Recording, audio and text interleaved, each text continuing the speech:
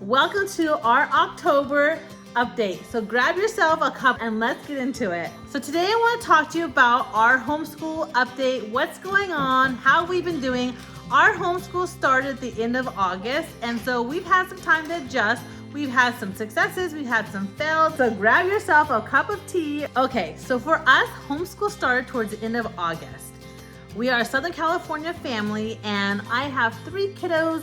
One is in 3rd grade, my daughter is in kindergarten, and my youngest son is in tot school, so he colors and does board books along with us. Last year, we fell behind a little bit in math.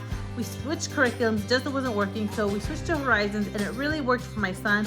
And so we had to finish the last of 2nd grade Horizons over the summer, which we successfully did. My son now started Horizons 3, he's in book 1, and that has been working out fantastically.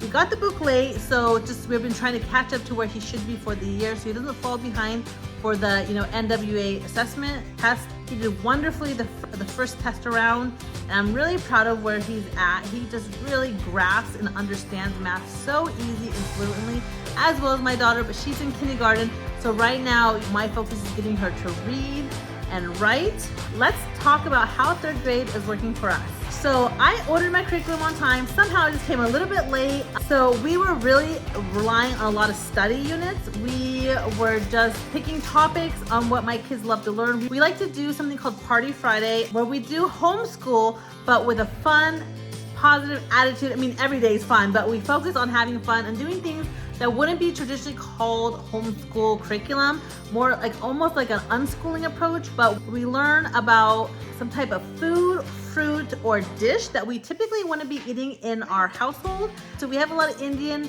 Mexican, and American food in our household, so we try to do cultures which we normally haven't had a chance to experience.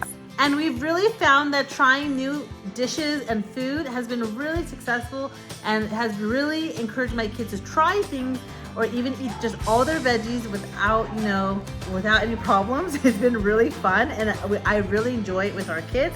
Like, who knew? There are tons of videos on the history of just French fries.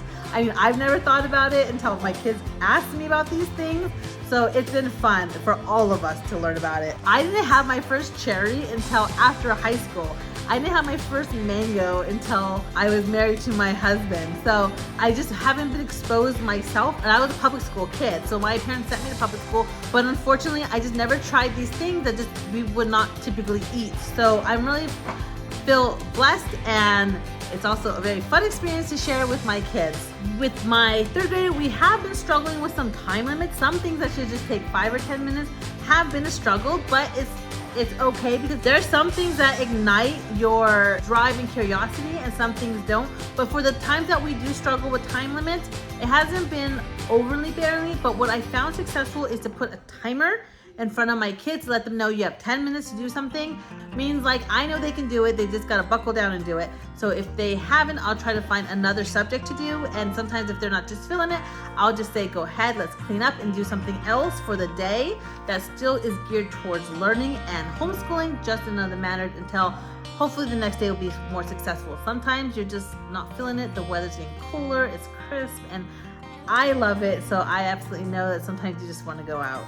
So either way, I'm really happy where both my kids are in their curriculum and in their placement in their books. We have been working really hard on all our subjects. I know all about reading is a little bit challenging for my daughter. It means we've done it already, but sometimes she gets really bored quickly and just wants to move on. So I try to incorporate different types of reading supplements, like 180 days for reading, high frequently words, and a bunch of other things that may interest her as well, just to help her get on that path of reading. She has a solid foundation and knows a lot of sight words. My younger daughter, who's in kindergarten, she has been doing great in all her curriculum.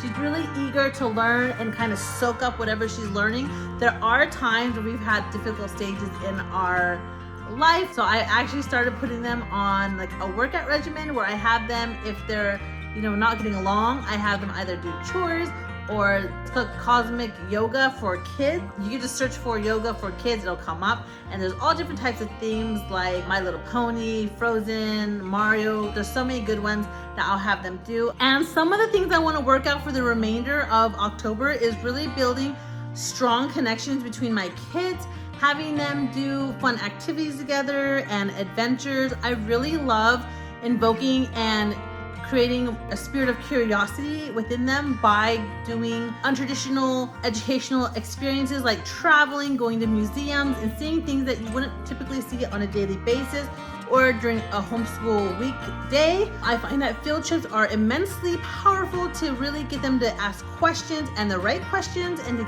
Google and search for answers. So I really want to work on creating a spirit of curiosity with them, strong family ties, and really just spending time together as a family. That is one of the joys, and that's what I really plan to get out of October. Just adventuring, traveling, seeing museums. It will be colder and rainier, so doing indoor activities will be really helpful to kind of find things to do together as a family, especially with my toddler being 2. I prefer him to be in the stroller, otherwise he is running around crazy right now. He's like in the terrible 2s. He just entered it. He's getting the end of 2, so his birthday isn't until next year, and boy am I starting to feel it. I am so excited for fall, all the festivities. We have American plus Indian, Hindu tradition, so I'm so excited.